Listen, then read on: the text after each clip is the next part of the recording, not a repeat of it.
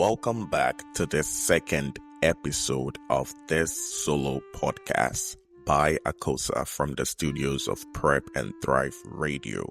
Thank you for tuning in again. I'm very grateful that you find my words encouraging, motivating, and interesting. Like I said, I feel I have gotten to a stage of life where I do qualify to share some of my life's experiences, theories, analysis, interpretations, and so forth. If you haven't checked my first solo podcast, do well to check it. The link will be in the description below. I did a solo talk about problems, how we all do have issues. Don't be too hard on yourself. Know that there is a problem. Do your best. It's either two ways. You can do something about it or you cannot do nothing about it. In all, you need to learn to find peace and move accordingly. Today, I want to touch on one societal issue. This is a problem that is growing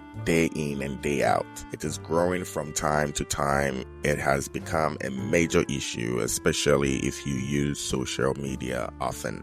The gender war, the war between men and women, boys and girls, male and female. The rate at which men hate women and women hate men is both hypocritical and real at the same time. At one point, both genders are being hypocrites. They are pretending at the highest core, because listening to how both genders describe how they hate each other, it is as though you wouldn't see any relationships or marriages anymore. But each day in and day out, people are getting into new relationships, people are getting married. I'm not going to ignore the fact that the hookup culture has become very common these days. These days, boys are sleeping around as much as girls are sleeping around. I am not here to justify that. I am not here to tell whether that is right or wrong. That is not today's topic. I want to talk about the hate, or the sensation or feeling of hate. Why do these both genders hate each other? Is this hate necessary? Where is it coming from? These are things that we really need to settle. First of all, I would really appreciate it if I get to know where you are listening to this podcast from. So if you don't mind, quickly in the comment section, just let me know where you are watching from. Maybe in my next episode, I might make a topic specifically about your country or your region or a certain issue going around your neighborhood. So let me know. I read a quote somewhere that said, "Hurt people hurt people." So many men and women are walking around with emotional scars from betrayal, abandonment, abuse, manipulation, and instead of healing, they are generalizing. Women say all men are trash. Men say all women are users. It's not hate. It's unhealed pain pretending to be strength. And this message holds a very heavy message. Yeah, the message holds a very heavy message. Hurt people hurt people. Many men and women are walking around with emotional scars from betrayal, abandonment, abuse, manipulation, and instead of healing, they generalize. Women say all men are trash. Men say all women users. It's not hate, it's unhealed pain pretending to be strength. So that is it. People are just protecting themselves. That is how I used to put it. All of these things happening are projection of people's protection through fear, anger, bitterness, because all the men are saying one thing and all the women are saying one thing, all because of experiences that they have had. The funny thing is, some of these people haven't been through these experiences. There are a lot of girls who are currently in healthy relationships but speak as though all they have. One time I was having an argument with my little sister and her colleagues. Mind you, my little sister has completed the university. She's already working in a working class. So some of her colleagues from her workplace were at my parents' place, and we were all together, and we were having this argument about the gender roles, gender walls. And there was this one particular girl who was very emotional, who was very loud, who was very bitter. And before we get into the details of this girl, she comes from a single parenthood, and she stayed with her father all her life. Her mom abandoned her. Listen, her mother cheated on her father, and her mother abandoned them when they were kids and went to live with this other man abroad. Her dad stayed with them. They are two, she and her little brother. Her dad stayed with them for more than 10 years, got married again, had a little sister, and now they are three. Her dad has taken care of her and her family. His family. They have completed university. He's now working at one of Ghana's most successful communication networks, MTN. And this girl was so bitter, angry, anxious about men.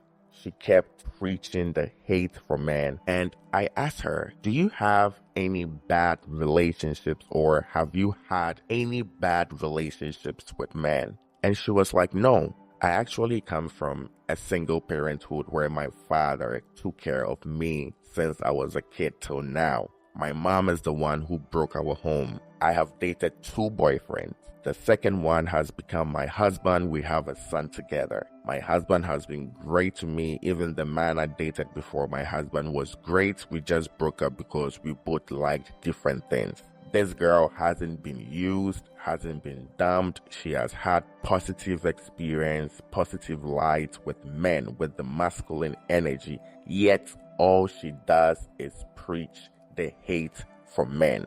And why is that so?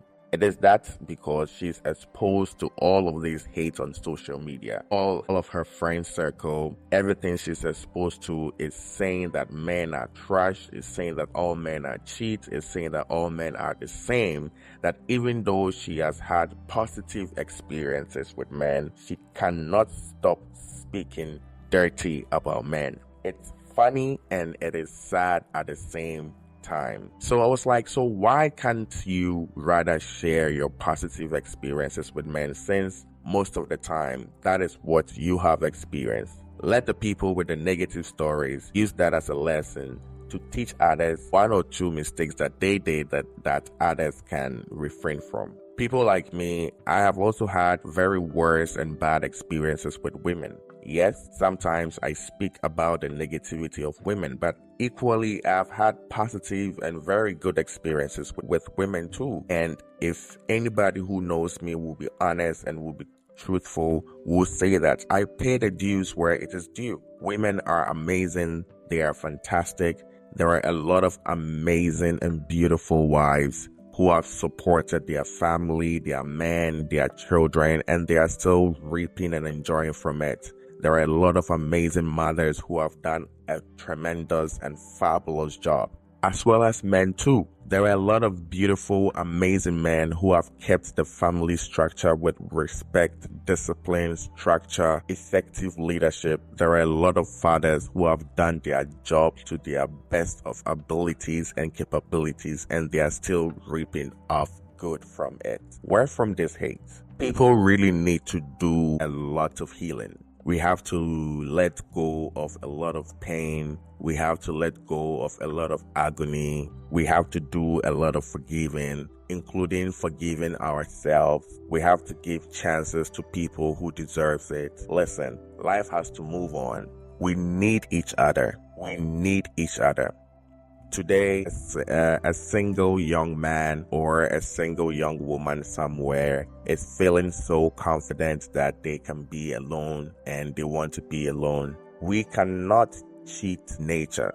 You can cheat your husband, your spouse in a relationship, in a marriage. You can cheat on your family in a marriage. You can cheat on yourself. You can lie to yourself. You can pretend you are happy. You can pretend you are sad. You can pretend you are strong. But it will not all disqualify the simple fact that we are human and we were created in an we were created in a certain alignment with nature. There are certain things that we need. You cannot say that food has a certain standard, so you are not going to eat anymore. You need food. It is just as much as we need each other. We need each other's attention. We need each other's touch. We need each other's sex. We need each other's contribution. We need each other's opinion. We need each other's support. We cannot move as a country, as a nation, as a town, as a village, as a community, as an institution without each other. There are men and women in every country, in every institution, in every organization. There are men and women in the airport. Women are needed. Men are needed. In the hospital, men are needed. Women are needed. Even on the construction side, men and women are both needed. We are both needed everywhere. We need each other. There is a lot of healing we have to rather do. We all need to find our differences and heal. Everybody, whether man or woman, is different. So if you've had a bad experience with somebody else, it doesn't mean that the whole group of people are the same. So a lot of girls are saying all men are trash because all the men they have been with disappointed them. Equally, there is a guy somewhere who have also been with some girls and they have all disappointed him. So do you think that men also qualify to say that all women are trash based on the experiences they have had with other women? There are women somewhere in the world who are happily married and their husbands are very good to them and their family. There are men somewhere who are happily married to a woman and this woman is very good to him and her family. We need each other. The hate is just going to continue the pain. It is going to continue the pressure. It is just going to make things even worse. I was reading another quote about childbirth as a feminine rite of passage. I mean, the second wave of feminism has really brought us to a point where everything has changed.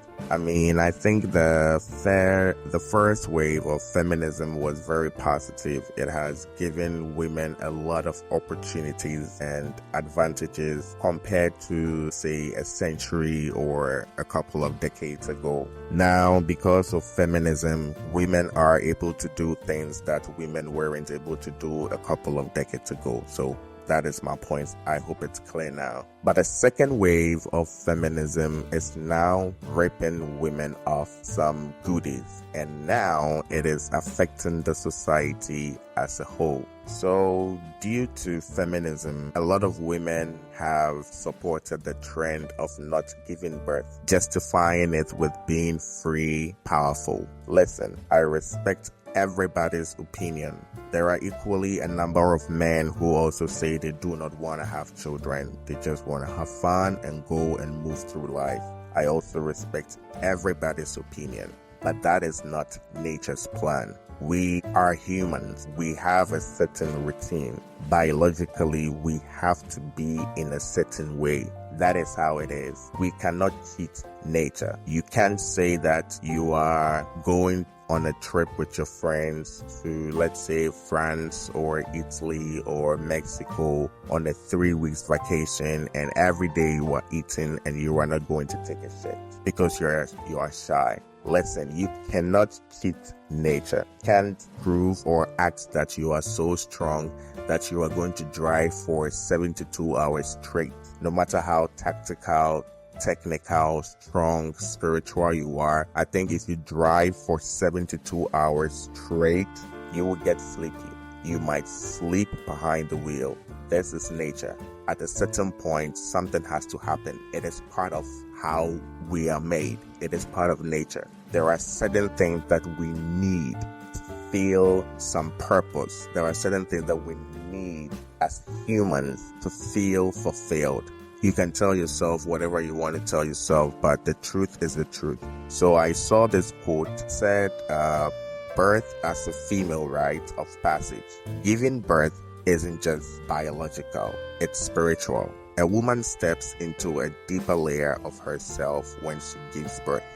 Life taps into ancient, divine strength that only the feminine can carry. A woman giving birth feeds her femininity. That's a bar. She doesn't just bring life into the world. She renews her own identity as a life giver, nurturer, and foundation of continuity. In many cultures, birth is a rite of transformation, where a woman evolves from woman to mother. It's not weakness, it's the height of power. I was also listening to another podcast from a doctor, and she said when a woman has a baby and she breastfeeds the baby, there is a certain hormone that releases into the woman that it is only a mother that can have. And as a woman, that hormone is essential. It's very important for you. There is a study that also did a comparison of women who gave birth versus women who gave birth who were able to stay longer. When I was a kid, I thought that the more a woman gave birth, the weaker she became. But mysteriously, to some extent, the more she gave birth, the stronger she became. So in Ghana, during the olden times, most of our grandmothers who were older, the ones who could cross 90, 95, 100, even 110 were the ones who had 8, 6, 7 kids. And a lot of the aunties and grandmothers who died in their 70s and these were the ones who did not have any kids. Yes, and it reflects to the data I was looking at. So back to the podcast. A woman who has a baby, the moment she touches the baby, the moment she hugs the baby, while the baby is touching the woman skin to skin, sucking her breast, while the baby is crying, the woman releases a certain form of hormone that can only be released at this stage of a woman's life, which is very essential for her as a woman. And this is nature's way. This is how nature has made things. And men, that is why they used to say men are providers and men are that. Because also in the biological genes of a man, if a man does certain things, he is able to release also some hormones which are also very beneficial for a man. There's another research where there was a father and mother sleeping, and they made a test where for 3 months the baby was crying at the middle of the night. I think the baby cried like 40 times at the middle of the night during the 3 months, and all these nights the mom was the one who woke up. Wait, don't get too excited. Because yes, so this is nature's connection. So even when you look at the animal kingdom, the mothers are the ones who are connected to the kids. The mothers are the one who has to give birth to the kids. The mothers are the one who has to keep and train the kids, because also it benefits the mother's nature. It adds up to the transformation of the mother's nature. It's a whole lot of connected hormones and metaphysical things that goes on. You can do more research into that, and I'm sure you'll find some beneficial answers. So yeah, like I was saying, there's research they did where 2 parents, a father and a mother, and their kid, for 3 months, where the kid cried for like, let's say, more than 40 times during the night, and it is only the mom who woke up. And after that, they made another practical research on the same family, where in the next couple of months, something happened around the house. So in the middle of the night, somebody tried breaking in, or a branch of a tree broke, or somebody tried opening the car door. And all of these times, it is the man who was able to wake up. Like all of these times, the woman was fast asleep. She wouldn't or couldn't hear anything, but the man will quickly hear something if he hears the doorknob or something trying to open. So like, this is nature. Nature has just engineered everything in that order.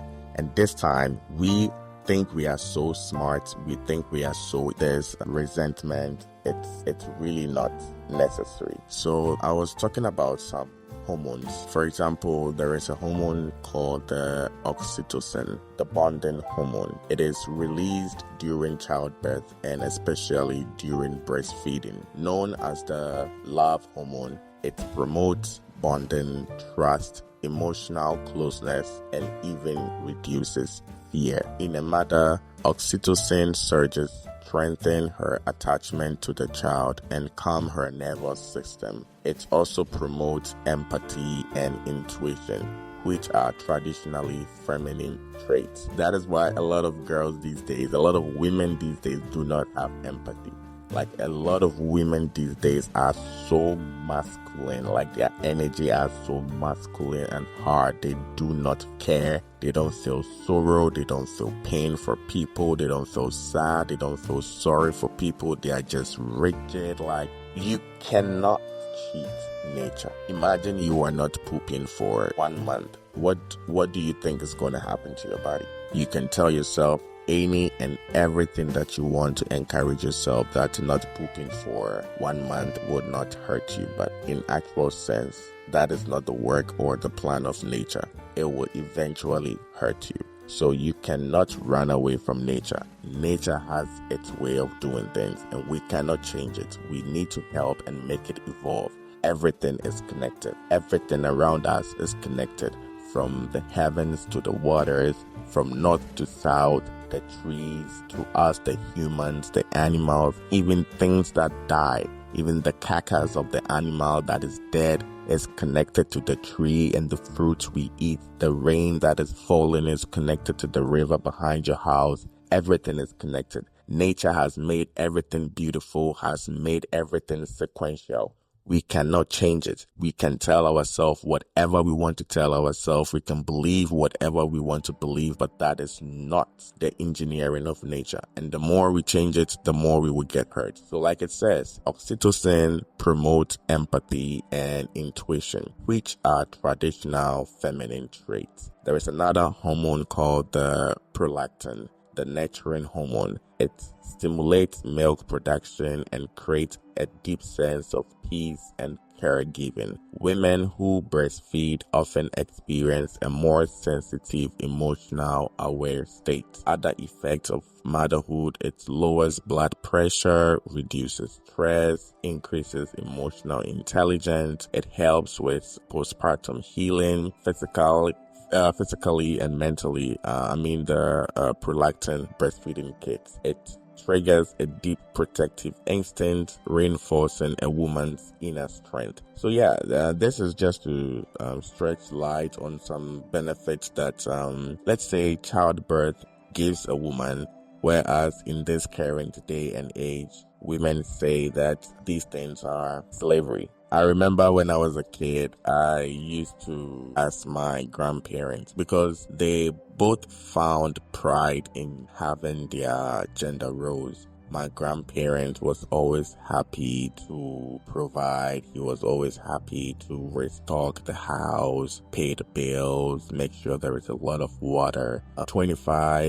20 years ago in the village, if you want to drink like very clean, well, crystal water, it needs to be from the well, and there is a way they purify it. So my grandfather takes the pride to gather some of the boys, his sons and grandchildren, get the barrels, convey the waters, do the purification, make sure, those days here, men were married to multiple wives, so he had multiple wives, made sure all of his wives' chambers had enough water, had enough food, there was enough food in the kitchen, everything is working at home, everything is amazing. And my grandmothers, but the first wife is my grandmom, and my grandmothers, they also enjoyed cooking, making sure everybody is fed at home. It doesn't really matter if you were the daughter of this grandmother. So far as we are all in the same house from the same grandfather,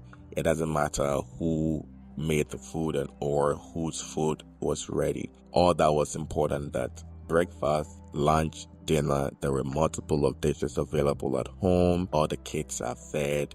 They are clean. They've slept well. They have clean clothes. The house is clean. There is a lot of nourishing, hydration at home, and they all found pride and joy in doing their roles. So I used to ask them when I was growing that, why are they so happy doing these things? Like, what do they find? And my grandmom used to tell me that there is fulfillment in that. Like, this is how nature planned it. This is how it needs to be. There is fulfillment. Why do you think the mango tree is releasing multiple mangoes every year? Why do you think the apple tree is harvesting every year? Why do you think the strawberry tree every year? What are they getting from it? It is nature. Nature has prepared it. That is the way nature communicates with us. I read a quote where it says, trees gives us food as a form of communication. But I guess that is a topic for another day. But why do you think the orange tree is producing orange fruit every now and then? Why? What does the orange tree get from doing that? But it is nature's way of engineering. That is how it needs to be. Everything is connected, from the newborn shark or fish in the ocean, from the dead whale in the ocean, to the trees growing in the Amazon forest, to the lakes connecting all the water bodies, to the dead animals in some of the savannas, to the desert, the wind blowing across, the formation, evaporation, condensation of rain, to the birth and death of humans and animals. Everything is connected. We are all connected. Everything is connected to in a certain way, in a certain form. So your education, your enlightenment is not what is going to change nature's way of doing things. You may feel so strong, you may feel so intelligent, so brave, so smart right now, but deep down, you cannot beat nature. We need each other. If you are a man, you need a woman. You want a woman. If you're a woman, you need a man. You want a man. It is nice. It is nature's way of bonding. It is nature's way of keeping us together, making things work, making us to build together, to move forward together, to grow together. Like I said, there cannot be a country, a community, a village, an institution, an organization without men and women. Men need men. Men need women. Women need men. We need each other. We both need each other. The strongest, tallest, fabulous man will like to come home to the softest, most feminine woman. And the most feminine, most beautiful, soft woman will like to go and be safe in the arms of her prince, of her kin, of her strong-armed kin. It feels nice. All the hormones we release from these things are nature's way of fueling us and engineering us for the best. So this will be the end of today's episode. Do well to listen to the SoloPod episode 1 about problems and everybody having issues. This is just chilled and a casual way of me sharing my ideas and opinions about topics that are dear to me, that I feel needs elaboration. And maybe we are tired of so many professional things. Like when you come on YouTube, everybody's trying to make something professional, something so nice. But hey, I just have a lot to say and I just want to share it. And this is how I want to do it. I'm very grateful that you like it. I hope that you continue to like it and you continue to come back for more. Until then, it's your favorite host, Akosa. I'm out. See you next time.